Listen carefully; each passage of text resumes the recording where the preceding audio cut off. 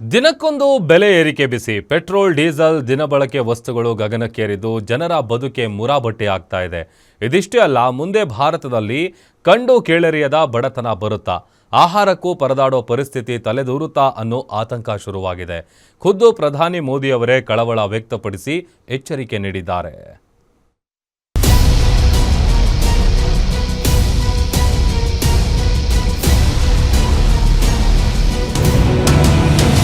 ಭಾರತದಲ್ಲಿ ಕಂಡು ಕೇಳರಿಯದ ಬಡತನ ಬರುತ್ತಾ? ಕೊರೋನಾ ಯುದ್ಧದ ಬಳಿಕ ಬಂದೇ ಬಿಡ್ತಾ ಸಂಕಷ್ಟ ಕಾಲ. ಅಲ್ಲಿ ಯುದ್ಧ, ಇಲ್ಲಿ ನಡುಕ, ಎಚ್ಚೆತ್ತುಕೊಳ್ಳದಿದ್ರೆ ನರಕ. ಕೊರೋನಾ ಬಂದಾಗ ಆ ದಿನಗಳನ್ನ ನೆನಪಿಸಿಕೊಂಡ್ರೆ ಇಂದಿಗೂ ಬೆಚ್ಚಿ ಬೀಳ್ತೀವಿ. ಅದೆಷ್ಟೋ ಜನ ಮಹಾಮಾರಿಗೆ ಸಾವನ್ನಪ್ಪಿದ್ರೆ ಲಾಕ್ಡೌನ್, ಆ ರೂಲ್ಸ್ ಈ ರೂಲ್ಸ್ ಎಂಬ ಜಂಜಾಟದಲ್ಲಿ ಕೈಯಲ್ಲಿದ್ದ ಕೆಲಸ ಕಳೆದುಕೊಂಡವರೆಷ್ಟೋ. ಅಷ್ಟೋ ಇಷ್ಟೋ ದುಡಿದು ಸಂಸಾರ ಸಾಕ್ತಿದ್ದವರನ್ನ ಕೋವಿಡ್ ಬೀದಿ ಪಾಲು ಮಾಡಿತ್ತು. ಈಗ ಅದೇ ಸಂಕಷ್ಟದ ಕಾಲ ಎದುರಾಗಿದೆ. ಪೆಟ್ರೋಲ್, ಡೀಸೆಲ್ ಬೆಲೆ ಏರಿಕೆ, ಸಿಲಿಂಡರ್ ಸಿಗದೆ ಪರದಾಟ, ದುನಿಯಾದಲ್ಲಿ ಎಲ್ಲವೂ ದುಬಾರಿ ಆಗ್ತಿದ್ದು ಜೀವನ ನಡೆಸೋದು ಹೇಗೆ ಅನ್ನೋದೇ ದೊಡ್ಡ ಚಿಂತೆಯಾಗಿದೆ.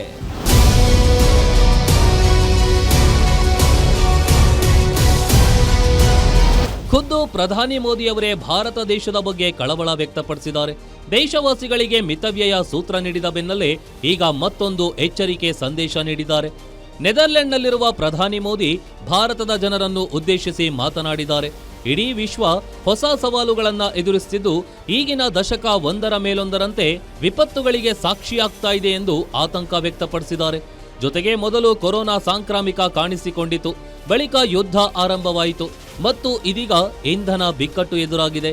ಈ ದಶಕ ವಿಶ್ವದ ಪಾಲಿಗೆ ವಿಪತ್ತಿನ ದಶಕವಾಗಿ ಹೊರಹೊಮ್ಮುತ್ತಿದೆ ಎಂದಿದ್ದಾರೆ. तो पूरी मानवता को उसका फायदा होता है, लेकिन आज मानवता के सामने अनेक बड़ी चुनौतियां भी है. आज की दुनिया किस तरह नई नई चुनौतियों से जूझ रही है. पहले कोरोना आया, फिर युद्ध होने शुरू हो गए और अब आज की एनर्जी क्राइसिस है. ये दशक दुनिया के लिए आपदाओं का दशक बन रहा है. ಇನ್ನು ಈ ಪರಿಸ್ಥಿತಿಯನ್ನು ನಾವು ತಕ್ಷಣವೇ ನಿಭಾಯಿಸದೆ ಹೋದ್ರೆ ಬಡತನ ನಿರ್ಮೂಲನೆಗಾಗಿ ನಾವೆಲ್ಲ ಹಲವು ದಶಕಗಳಿಂದ ಮಾಡಿದ ಪ್ರಯತ್ನ ವ್ಯರ್ಥವಾಗಲಿದೆ. ಜಗತ್ತಿನ ದೊಡ್ಡ ಪ್ರಮಾಣದ ಜನತೆ ಮತ್ತೆ ಬಡತನಕ್ಕೆ ನೂಕಲ್ಪಡಲಿದ್ದಾರೆ ಎಂದು ಪ್ರಧಾನಿ ನರೇಂದ್ರ ಮೋದಿ ಜಾಗತಿಕ ಸಮುದಾಯಕ್ಕೆ ಎಚ್ಚರಿಕೆಯ ಸಂದೇಶ ರವಾನಿಸಿದ್ದಾರೆ. हम सभी देख रहे हैं, अगर ये स्थितियां तेजी से नहीं बदली गई तो बीते अनेक दशकों की उपलब्धियों पर पानी फिर जाएगा.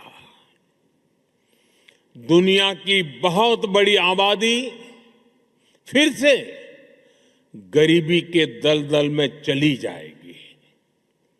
साथियों, ऐसी वैश्विक परिस्थितियों में आज दुनिया रेजिलिएंट सप्लाई चेन की बात कर रही है और तब भारत और नीदरलैंड मिलकर एक ट्रस्टेड, ट्रांसपेरेंट और फ्यूचर रेडी सप्लाई चेन बनाने में जुटे हैं.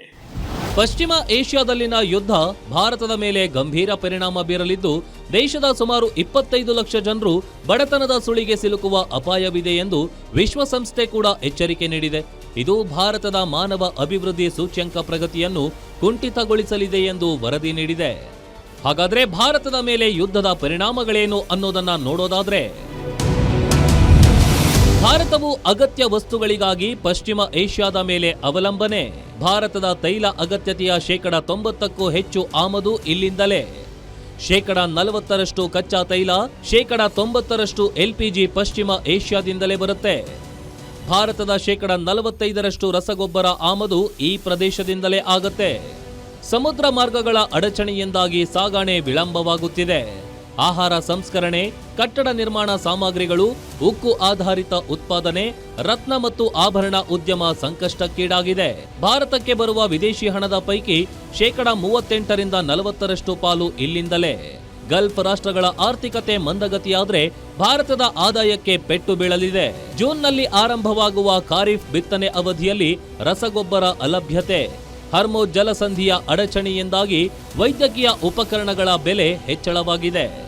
ಒಟ್ಟಾರೆ ಮಧ್ಯಪ್ರಾಚ್ಯದಲ್ಲಿ 3 ತಿಂಗಳು ಕಳೆದರೂ ವಾರ್ ನಿಲ್ತಿಲ್ಲ. ಇದು ಇದೇ ರೀತಿ ಮುಂದುವರೆದ್ರೆ ಭಾರತ ಸೇರಿ ಹಲವು ದೇಶಗಳಲ್ಲಿ ಸಂಕಷ್ಟ ಎದುರಾಗೋದ್ರಲ್ಲಿ 2 ಮಾತಿಲ್ಲ. ಮುಂದೆ ಸರ್ಕಾರಗಳು ಯಾವ ರೀತಿ ಪರಿಸ್ಥಿತಿಯನ್ನ ನಿಭಾಯಿಸುತ್ತವೆ ಅನ್ನೋದೇ ಕುತೂಹಲವಾಗಿದೆ.